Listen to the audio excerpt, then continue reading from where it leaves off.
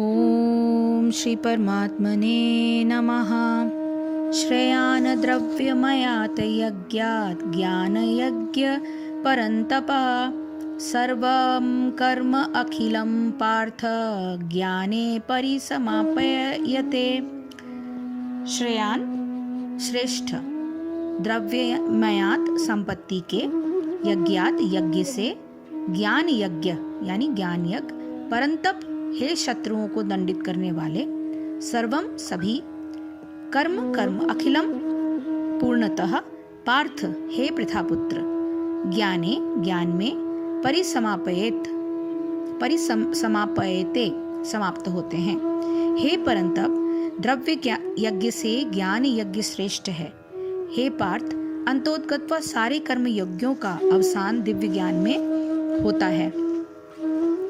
समस्त यज्ञों का यही एक प्रयोजन है कि जीव को पूर्ण ज्ञान प्राप्त हो, जिससे वह भौतिक कष्टों से छुटकारा पाकर अंत में परमेश्वर की दिव्य सेवा कर सके।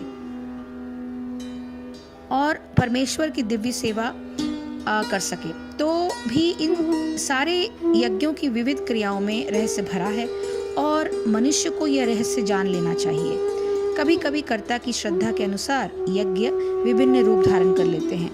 जब यज्ञ कर्ता की श्रद्धा दिव्य ज्ञान के स्तर तक पहुंच जाती है तो उसे ज्ञान रहित द्रव्य यज्ञ करने वाले से श्रेष्ठ माना जाता है, क्योंकि ज्ञान के बिना यज्ञ भौतिक स्तर पर रह जाते हैं और इनसे कोई आध्यात्मिक लाभ नहीं हो पाता। यथार्थ ज्ञान का अंत कृष्ण भावनामृत में होता है, जो दिव्य ज्ञान की सर्वोच्च अवस्था है। ज्ञान की उन्नति के बिना यज्ञ मात्र भौतिक कर्म बना रहता है, किंतु जब उसे दिव्य ज्ञान के स्तर तक पहुंचा दिया जाता है तो ऐसे सारे कर्म आध्यात्मिक स्तर प्राप्त कर लेते हैं। चेतना भेद के अनुसार ऐसे यज्ञ कर्म कभी कभी कर्म कांड कहलाते हैं और कभी ज्ञान कांड। यज्ञ वही श्रेष्ठ है जिसका अंत ज्ञान में होता है। हे परंतप पार्थ, द्रव्य में यज्ञ से ज्ञान यज्ञ श्रेष्ठ है, क्योंकि संपूर्ण कर्म और द्रव्य तत्व ज्ञान में लीन हो जाते हैं। द्रव्य में यज्ञ से ज्ञान की श्रेष्ठता कैसे है? जिन यज्ञों का उल्लेख हम पिछले श्लोकों में कर चुके हैं, वे सब के सब शरीर, इंद्रिय, प्राण तथा अन्य द्रव्यों के द्वारा ही किए गए कर्मों से संपन्न होते हैं। इस श्लोक में भगवान बताते हैं कि ये सारे कर्म ज्ञान में परिसमाप्त हो जाते हैं। इसका कारण यह है कि प्रत्येक कर्म का आरंभ होता है और अंत भी होता है, अतः उसका परिणाम भी आदि और अंत वाला होता है।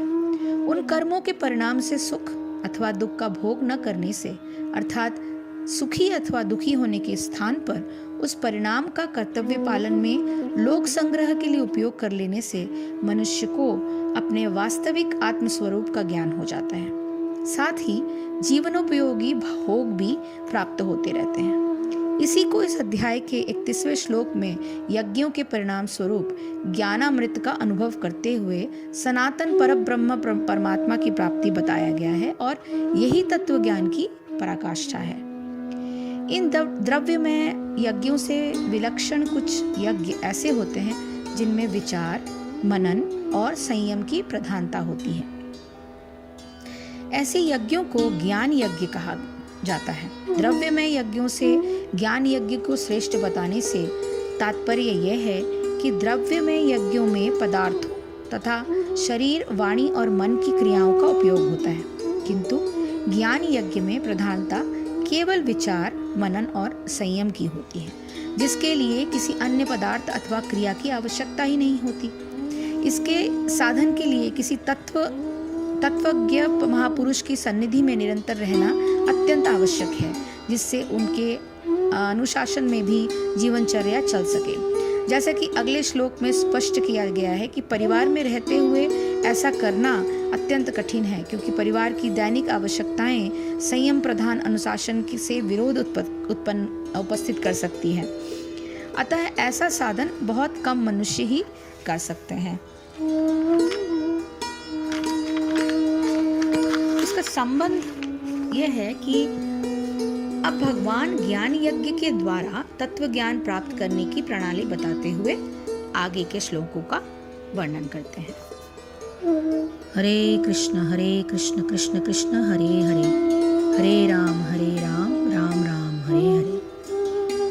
जय श्री कृष्ण, जय गुरुदेव।